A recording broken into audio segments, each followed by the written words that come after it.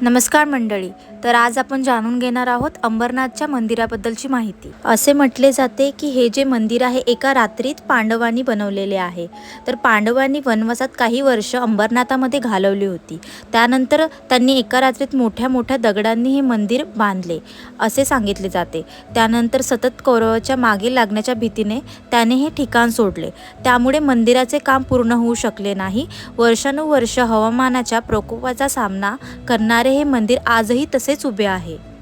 असे मानले जाते की राजा मंबानी यांनी 1060 मध्ये हे मंदिर बांधले होते.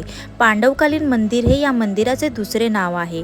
मंदिराविषयी असेही म्हटले जाते की या जगात यासारखे दुसरे कोणतेही मंदिर नाही. अंबरनाथ शिव मंदिराजवळ अनेक नैसर्गिक चमत्कार आहेत. मंदिराच्या वास्तूमुळे देश विदेशातून अनेक लोक येथे येतात. मंदिराच्या बाहेरील भिंतीवरील शिवाची अनेक रूपे कोरलेली आहेत.